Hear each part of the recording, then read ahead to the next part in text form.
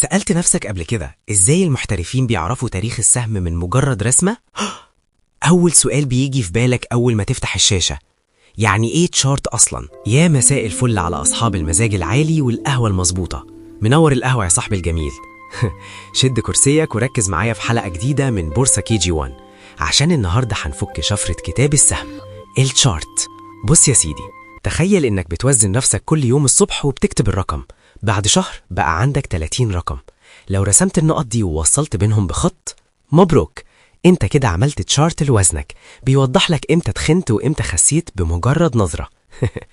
البورصة بالظبط كده، بس بدل الوزن بنكتب سعر السهم. التشارت مفيش أبسط منه، ليه جنبين بس. الجنب اللي تحت ده بتاع الوقت سواء أيام أو شهور، والجنب اللي واقف ده بتاع السعر، فوق يعني غالي وتحت يعني رخيص. مفيش أي تعقيد تاني.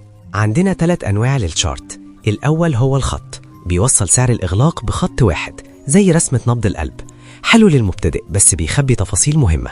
النوع التاني الأعمدة، أحسن شوية بس لسه مش الأفضل. النوع التالت بقى هو سر الصنعة، الشموع اليابانية. من 300 سنة تاجر رز ياباني اخترع الطريقة دي عشان يسجل السعر ويشوف الصورة كاملة. الطريقة دي لفت العالم وبقت هي الأساس لأي محلل. كل شمعة بتحكي لك قصة اليوم كله في صورة واحدة. الشمعة ليها جزئين، المستطيل اللي في النص وده الجسم، والخط الرفيع اللي فوق وتحت وده الذيل أو الظل.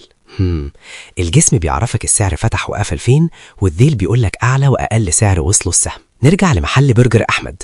تخيل الصبح السهم فتح ب100 جنيه، الظهر نزل خبر حلو فالسعر طار ل115، العصر الناس باعت فالسعر نزل ل95، وقبل ما يقفل استقر على 108 جنيه. هنا الجسم بيبدأ من 100 ويقفل عند 108، ولأن الإغلاق أعلى من الافتتاح الشمعة دي بتنور أخضر.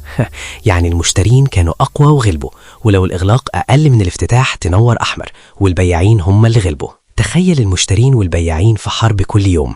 حجم الشمعة بيفتح المستخبي، شمعة خضرة كبيرة من غير ذيول، المشترين داسوا بنزين ومفيش حد وقفهم، والعكس في الشمعة الحمراء الكبيرة. طب لو شمعة جسمها صغير جدا وذيولها طويلة، دي اسمها دوجي، معناها محدش غلب، المشترين والبياعين اتعادلوا والسوق متردد.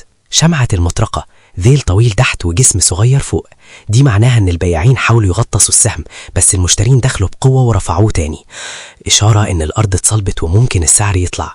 عكسها النجمة الساقطة، ذيل طويل فوق وجسم تحت، المشترين حاولوا يرفعوا السهم بس البياعين هبدوهم ونزلوا بيه، دي إشارة ان السقف حديد والسعر غالبا هينزل. اشرب آخر بق في قهوتك واستناني في الحلقة الجاية، لأن وراها كل كتاب حكاية. سلام يا صاحبي الجميل.